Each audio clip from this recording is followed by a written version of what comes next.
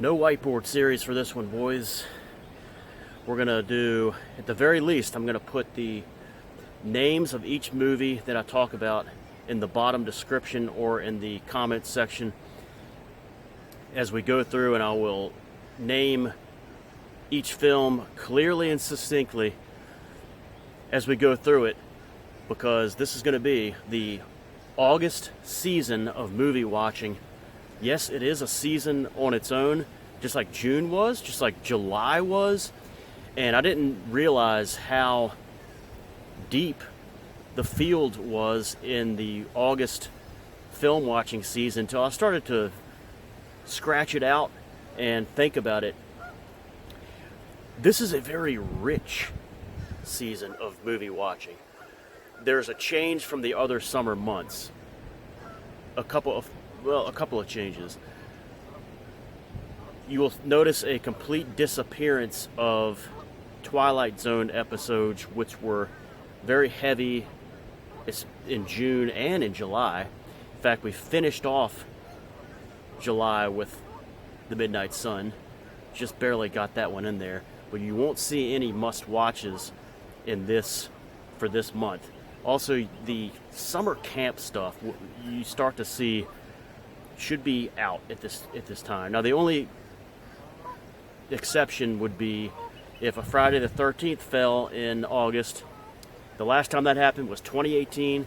It was the 25th anniversary of Jason Goes to Hell, the final Friday from 1993. And even though it's clearly the worst one in the franchise, it was a must-watch because it was the 25th anniversary, because it came out on that exact day, on August 13th, and because it really does have the most August feel of any of the films in that franchise, even though there's no camp-related stuff in there. So, but you really shouldn't be doing camp stuff, because it really aren't like summer camps in August. I mean, here at Rio, we do have tubers and stuff, little day camps, but I'm talking about things like The Burning, 1981. I had that listed on June and July. I just never got to it. But it's all right. So the first one we'll talk about two that are interchangeable. One is The Dead Talk Back, 1957, and the other one is The Leech Woman, 1958. Now those two they can both be in July, they can both be in August, they can be switched either way, July, 1 August. This year we did The Dead Talk Back a few nights ago. That's a must-watch film. Even more so The Leech Woman. So it's a very good, it's an MST3K, and it's from 1958, I think. It's got Colleen Gray. It's about the Fountain of Youth elixir that someone makes, and they go to Africa. And you have Colleen Gray, and you have Grant Williams, the great Grant Williams of The Incredible Shrinking Man, 1957, and Doomsday Machine, 1972, which I did a review of back in April, and the lovely Kim Hamilton. All right, so both of those are must-watches. So for this year, The Leech Woman is definitely a must-watch. It hasn't been seen yet. All right, the next one we'll go to is called Phase 4, 1973. It's a sci-fi. It's a very thinking man's sci-fi, slow-paced, but I liked it the first time I ever saw it. Phase 4. Michael Murphy, Nigel Davenport, English actor, and the lovely Lynn Frederick. This is definitely a must-watch. Used to be, I would see it like in March, but it really fits into August a little better. A lot of humidity and heat in the little chamber they're in fighting the ants. So it's this is a good movie. It's a really good sci-fi movie. Phase 4 is a definite for this month. Another definite would be a movie called The City, 1977. All right, so The City is one. I think it was a made-for-TV movie. It starred Don Johnson. It had, I forget the other cop's name. It had Mark Hamill. I don't remember if he made this before or after Star Wars, but it's the same year. And he's really, I'm not a Mark Hamill fan, but he's really good in this as like a disturbed young man. Does a really good job. Can't deny his performance. And of course, the great Jimmy Dean is the singer. Is Big Bad Johnny D, who lived in Richmond, by the way, and lived right here on the banks of Rio, a little bit further down that way. So Jimmy Dean, yeah, I met him one time. Rest in peace. All right, so The City. It's kind of a thriller. A lot of geese. You're gonna see a lot of geese crossing here, guys. See back there. We have. This is a thriller kind of suspense kind of thing, and I'm pretty sure it was made for TV, but this is a must-watch. I got it on VHS. I know it's available on YouTube for free, but I love this movie, City. All right, the next one that is a definite is MST3 is Mystery Science Theater 3000, the movie, 1996, starring Michael J. Nelson, Trace Beaulieu, Jim Mallon, Kevin Murphy, and this one they do they riff the film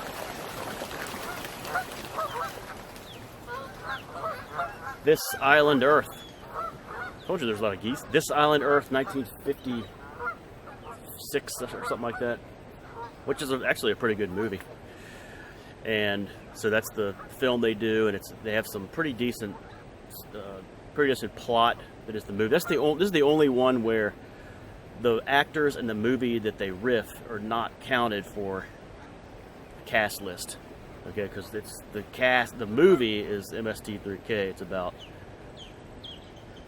Michael J. Nelson and the bots. So, and this one's a little bit watered down for the masses. The jokes, not as many like inside stuff, are hard to detect like riffs, but even with that, it was a little disappointing. It was kind of to tailor to the mass audience, but even with that, there's still pretty funny stuff in there, and it's a kind of a short, like 100 and like 80-minute maybe movie, so it's kind of a nice short one.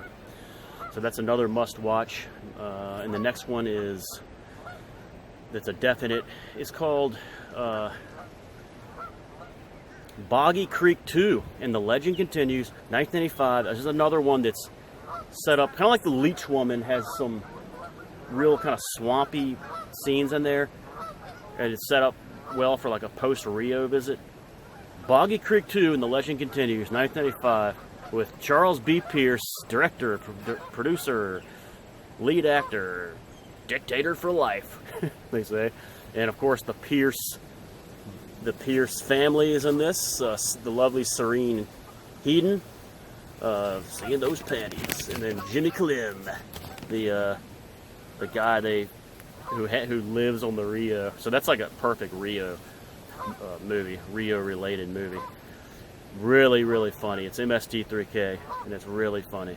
So that's two MST3K, well, three counting the movie, that are must-watches for this month. And then the next film that is another must-watch is Duel. So Duel, 1972. Darth and a lot of other people know about this film. It has Dennis Weaver. I can't name the other actors, but Dennis Weaver, really good. It's kind of a suspense thriller made for TV film, but it really follows. It's really a good like character study of this kind of meek, kind of passive guy who, as he goes through what happens in the movie with the trucker harassing him on the road where there's really nothing, hardly any stops, he starts to get some inner strength, and it's really a good, kind of relatable type of film. I like the little diner he goes to. I think it's called Monk's Cat. No, not Monk's. Something. Chuck's Cafe. Yeah, Chuck's Cafe. He calls it Chuck's Cafe, and he gets the little cheese, little Swiss on rye or something. Looks really good. And he gets it, and the waitress brings him a Tylenol or something, like an aspirin. It's pretty cool. yeah, Duel, 1972 is really good. And then it's, of course, the first film directed by Steven Spielberg, who I'm not a fan of, but you see a lot of his good directing chops in this movie. His first one, he does a really good job, especially the not going for the cheap big explosion of the truck at the end, especially when he had the setup the whole time with the flammable showing clearly on the thing, on the truck, and you're just thinking the whole time, oh, I know how this ends. Well, it doesn't end that way.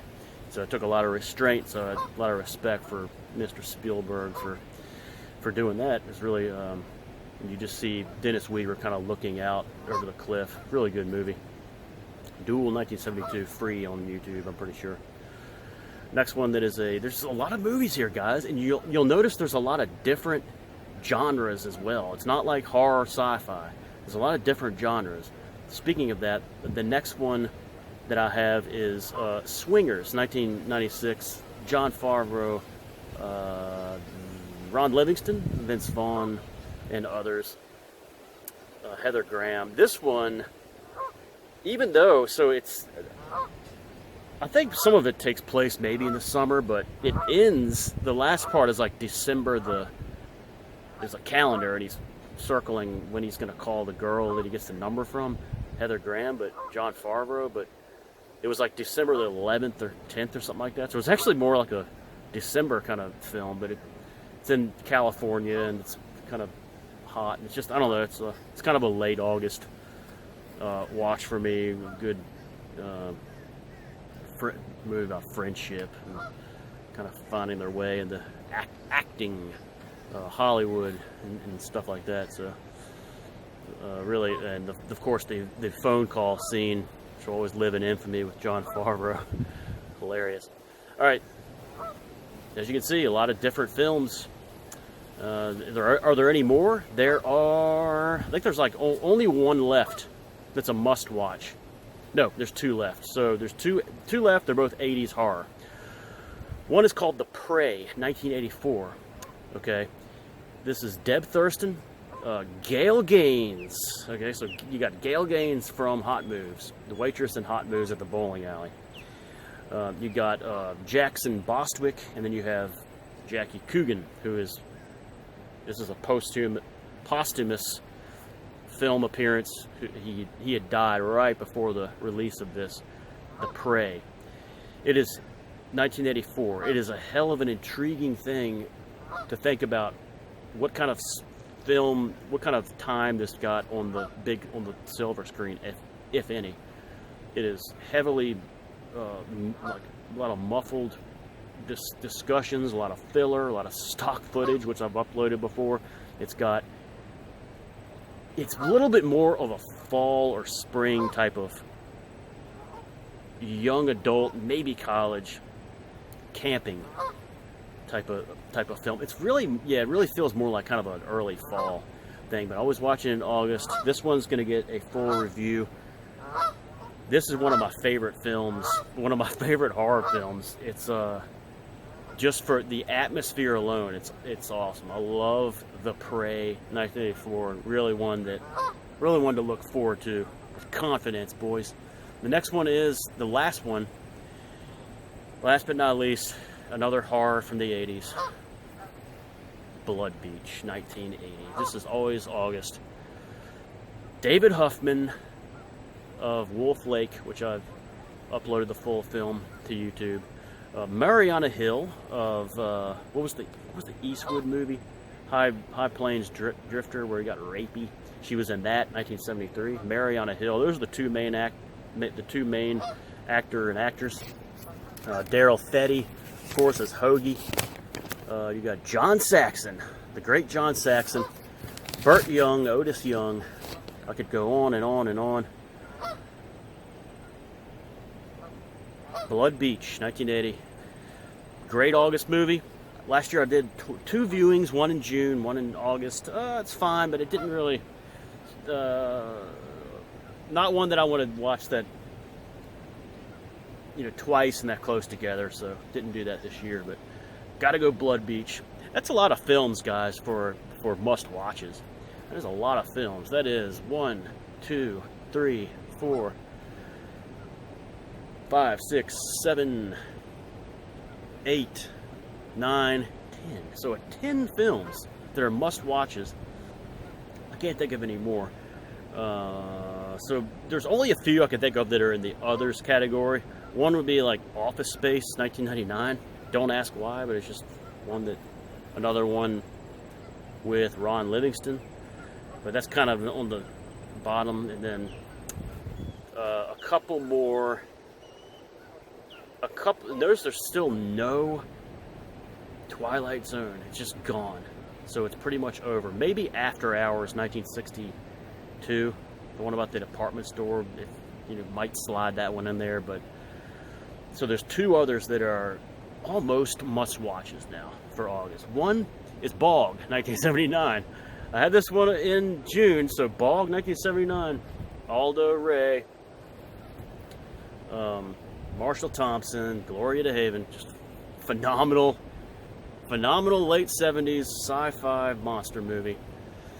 All right, because it's got, you know, it's got the kind of swampy type stuff going on, and it really feels like August. The other one, I haven't seen it since early February. February the 1st, last time I saw Bog. What is going on?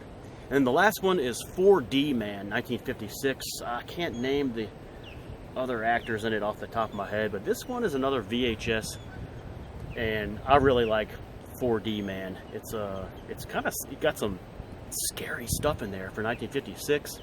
One person I can name is Patty Duke, who's like 13 or something, maybe younger than that in the film. That's it for the August movie viewing. A lot to get to, and then we are going to do the next movie viewing. It's not going to be called September movie viewing, okay? But it will be, I'll just tell you this, it's the last one before Horror Fest. So we have one more, and then we have Horror Fest, all right? It is Rio. It is swampy out here. All right, boys. Thanks for watching. Sorry we couldn't do the whiteboard series for this one, but it's a nice day here in Rio. All right, guys. Later.